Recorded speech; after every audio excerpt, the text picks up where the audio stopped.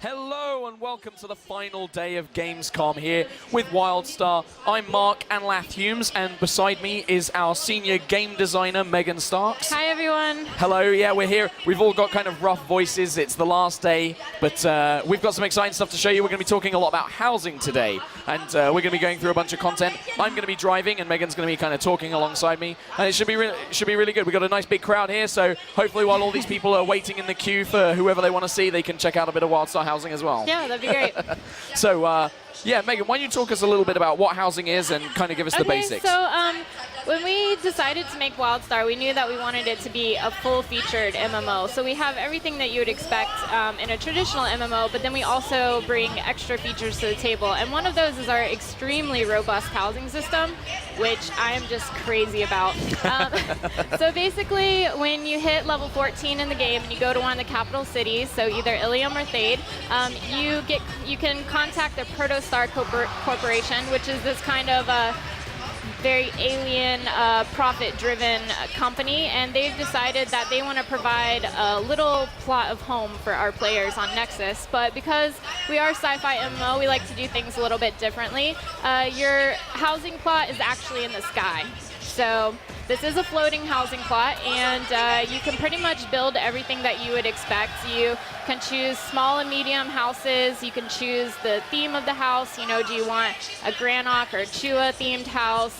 You can pick all the interior type stuff, like the wallpapers, the floors, you know, even like the lighting in your house and the sky on the outside of your house. And then we also have decor items, you know, like chairs and beds and plates and picture frames and all that kind of stuff that you can freeform place.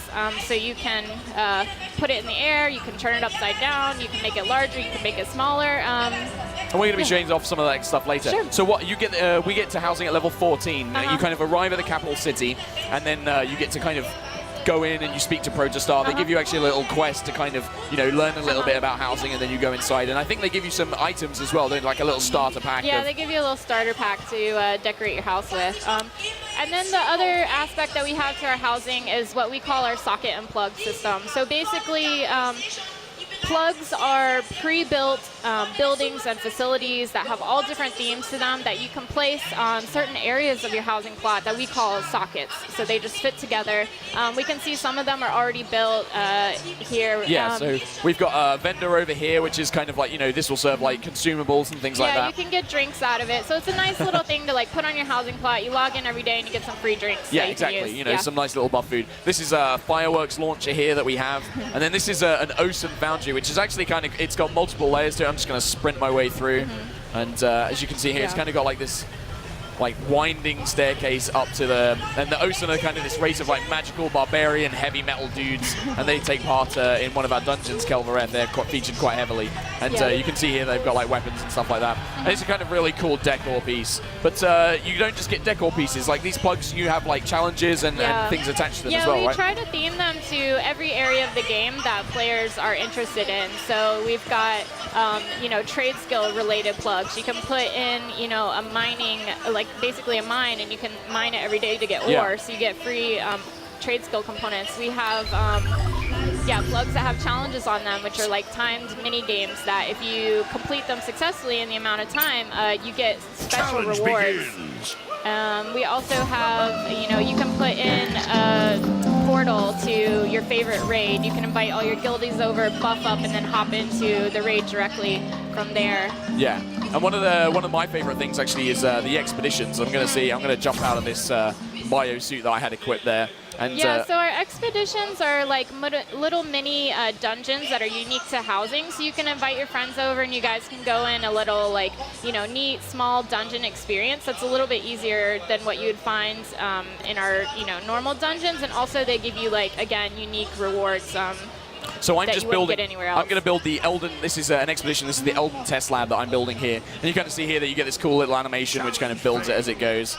And then we kind of get this thing here, and I'm just going to head inside. And this is the first time I've done this one, so I have no idea what to expect. So it should be quite interesting. So does that mean you're probably going to die? Well, you know, hopefully not. But considering the record that our devs have had, it's looking a bit suspect.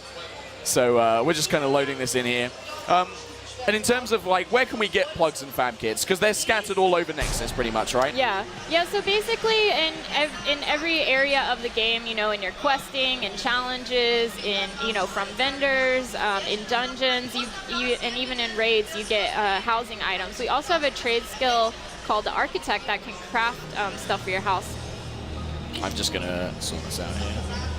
And I think another nice thing about the housing is that it's a very social component to the game, so you can set different privacy settings on your house. You know, if you just want your house to be only for you, you can set it to private and no one else will, you know, come on your housing plot. But if you want to show it off to your friends, you can set it to that as well, or you can open it up to anyone in the game. We also have what's called like a roommate setting, which basically if we set each other as roommates, that means we can interact with the different things on our houses. You know, I can move your decor items, I can put them away in the crate, you know, I can take some of your consumables from your drink machine, I can get drinks from there, and we can also use each other's challenge plugs. So if you have, you know, a certain challenge available to you that's not on my housing plot, I can just come over to your house, do your challenge, get special rewards, and then vice versa. Yeah, likewise. And there's, you know, I think that's the main key thing as well for a lot of people. Like, these things do have like rewards attached to them, like the challenges and stuff like that. And so I'm just kind of doing this thing here, and this is, I'm not going to spend too much time here because we want to kind of see a load of different stuff, but that's just one of the little expeditions. And these scale, right? These scale to the number of people that you kind of bring inside, So I think, like, we've talked a little bit about the plugs. Should we head inside and check out some of the decor and stuff like that? Yeah. So, oh, and you can also, you know, change the sky on the outside if you want to do that. So I changed the sky already, but oh, okay. I changed it again just to kind of show everybody. So, like, you can see here we've kind of got like a bunch of different ones. Yeah, different moods. And we recently just announced that we're adding a tab for music. Well, you can already see it on here. So basically, you're going to be able to set, you know, ambient music on your housing plot too. Yeah, and we can change like the look of the house and things like that. So I can kind of put like a different door on here and, you know, different things like that. But yeah, Jason lovingly put this house together for us. He's kind of, you know, he's made sure the security's top notch. We've got like high electric fences and turrets on the outside. He's decorated this pad up inside. So you can see here, so let's talk a little about these decor items, because a lot of people who are watching Twitch, they may be thinking like, oh, you know, you just place it, you know, what's so interesting about that kind of thing. So, you know, these are actually highly customizable. Yeah, we actually used, we based it off of our world building technology. So the technology that we actually used to develop the game and build the game, we wanted to provide that to players in housing. So you can see that you can choose anywhere you want to place it, and you can rotate it, you can scale it larger, you can scale it smaller, you can flip it upside down, you can stick it on the wall if you want to. We don't limit it at all. And all of these decor items have collision, so you can jump on them, run into them. We've seen players make crazy platforming jump puzzles, you know, using everyday items. I think I saw one that was like this massive jump puzzle up into the sky using slices of cheese. Yeah, we've seen like people have made like skate parks for their hoverboards and stuff. And we're actually going to showcase some amazing fan creations later as well, just as a kind of like last, you know, kind of showing stuff off. And yeah, you can see here these advanced controls. It really is really in depth. You can rotate to, you know, slight degrees or crazy degrees. You can bring it down on any axis. We can change the scale to something ridiculous or something tiny. I've been having a lot of fun. I've actually been turning my own house in-game. I've been turning the entire plot into a back street of Ilium, which is one of our capital cities, and I've done my house up as a detective agency. Oh, that's really cool. Because, yeah, that's the kind of person that I am, basically. I'm the type of person. I just built, like, a massive pillow for it. I don't know why. But we wanted to, like, I think in WildStar, we really like to reward players for doing areas of the game that they personally enjoy. We don't want players to feel like they have to do certain areas in order to kind of, you know, min-max their experience. Yeah. So for players that really enjoy housing, we wanted to, you know, reward them for actually placing, you know, placing items in their house and spending time doing that. So the more decor items that you have in your house, when you log out in your housing plot in WildStar, you actually get rest XP, and the more housing items that you place, the more rest XP you get. So you'll actually level faster the next time you come in the game. And you can see here, I'm just going to hover over. So these actually come in the form of buffs. So you get ones for different areas. So comfort, you know, you get like maybe like a fancy couch that you get in a dungeon or something that could give you a large XP boost. You can also get like lighting, aroma, which is my favorite one. You can actually have a nice stinky house. I think like, and it's odd items like cheese is like really stinky cheese or something like that gives you like a good bonus. And then you have ambience and pride, which comes from like more unusual things. I think like so here we've got like a card game that's been set up and things like that. And some of this was pre-placed, but some of it has actually been manually done. So like this wine glass, this kind of file, the vintage wine bottle and things like that have all been placed as well. And this is one of my favorites. I think this is the Granok bed. Yeah, the Granok bed and, has strange rigging. It's kind of one of those things where, is this a male Granok's bed or a female Granok's bed? Because you kind of got like the dirty laundry hanging up, or I don't know. And then we kind of got like this. And also I should point out, we've actually been quite sneaky and we have hidden in a couple of future items. Oh yeah, items that haven't been released yet but are coming soon. So if you're the keen-eyed among you may be able to spot those. So I'm just going to kind of place some more of these items down. In fact, actually, I've got a couple from some of our recent patches. We have a couple of things from Blighthaven, which was one of our recent updates. I'm just trying to find them now. So things like this strain spawner. This is all like really gross strain stuff. And I think there's some cool Exonite stuff as well.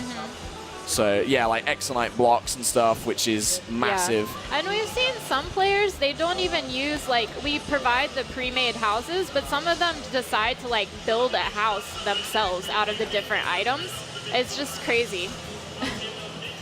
So you can see there that, you know, placing it on the ceiling. Yeah, and I think that's the interesting thing is like, so the other thing we should probably talk about as well is that it's not just items that you find out in the world. There is a vendor here in housing, so you can buy like really basic building blocks and some other cool items as well. So you can kind of buy, you know, animal skulls, but then you also have like floors and, you know, wall posts and things like that you can use to some really interesting effects. Yeah. I know like these pillars, these tend to get used quite a lot for things like jumping puzzles, because you can scale them up, and then as you said, they have collisions. Yeah, we wanted to provide people with like components for building things too. So you have like wood planks and bricks and, you know. Yeah, so you can pretty much build anything you want. Okay, so I think we're going to just really quickly cut to a bunch of screenshots now. We're just going to really run through these because the fan community has been making some amazing stuff, and we really just, you know, want to showcase these off. So the first one we have is, this is actually from a Lord of the Rings map. Somebody's recreated Middle-earth, and this is the Eye of Sauron that they've made. They've made the Eye of Sauron, basically.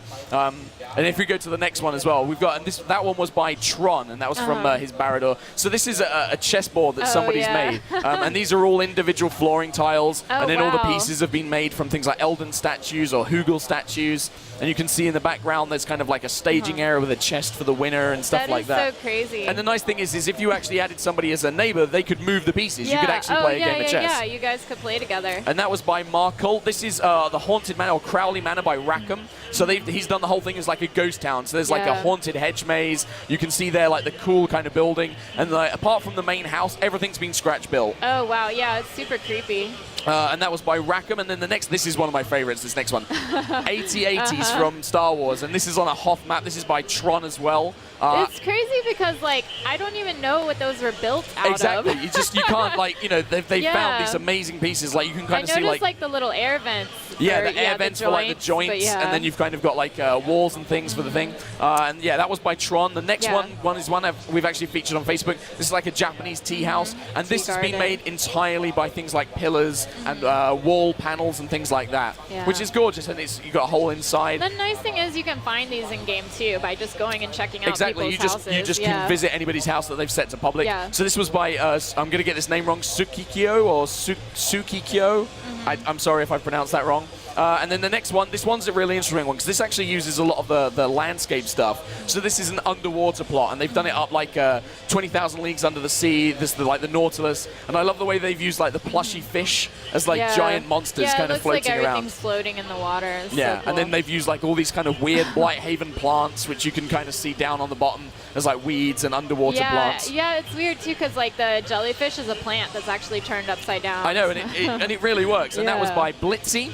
And the next one, next one's just a nice, really simple, it's like this really kind of nice greenhouse garden. And this is by Lillian, this is from the forums. And it's really nice. I just like how this isn't like a gimmicky one, this is just a really nice house. Like, you know, this is like a really cute thing. This next one we featured, and quite a few press sites have picked up on this. This is a piano, and it's actually been made in WildStar housing. This is made from 768 individual items. And it's all like tiny teacups and books and wood panels. Yeah, it's like individual wood planks. And it's the detail, like all the little keys and then the the strings. It's great. And that's by Den. The next one, actually, this is one of my favorites as well. Everything's my favorite. I'm going to keep saying that. But this next one is like a spaceport. And you can see in the background they've actually made a jumping puzzle tower. So that thing goes all the way up to the height limit, basically. Yeah. And they've done it all as like this kind of interesting security checkpoint. And, you know, these are all...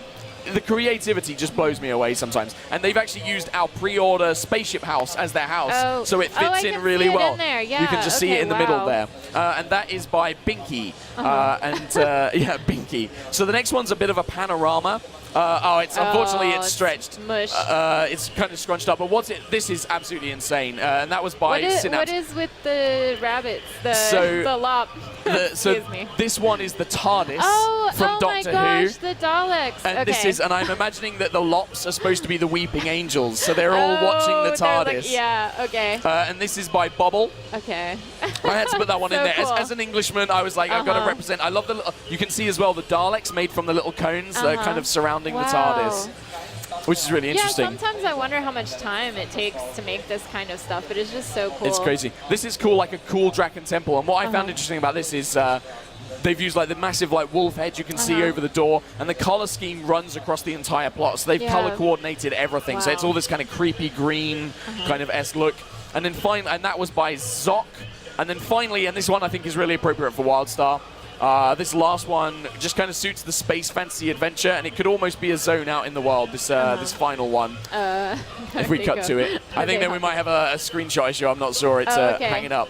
But yeah, here we go. So this is the Wild West. Yes, and I love the way that they've used, this is the World Destroyer background to give it that kind of orange glow. And I love the idea of like having the saloon and things like that. They've custom made that saloon with all that signs outside. And I can see RPers, like role players, this is perfect. Like if you don't have a space out in the world that you want to use for your story, you just build one. Well, we provide a lot of items and even plugs specifically for, you know, role player, just for fun. You know, like we have a Ferris wheel that is just cool. We have a giant keyboard on the ground that you can actually, hop around music on the keys. And I've seen people making YouTube videos where they speed it up and they play tunes. So they get like 10 people and they're all jumping on to do a certain tune. Yeah, because you can actually record it in the game and then play it back. Absolutely. So, but anyway. So that's pretty much it. Like that's kind of our little housing demo. We really wanted to just give like a nice overview.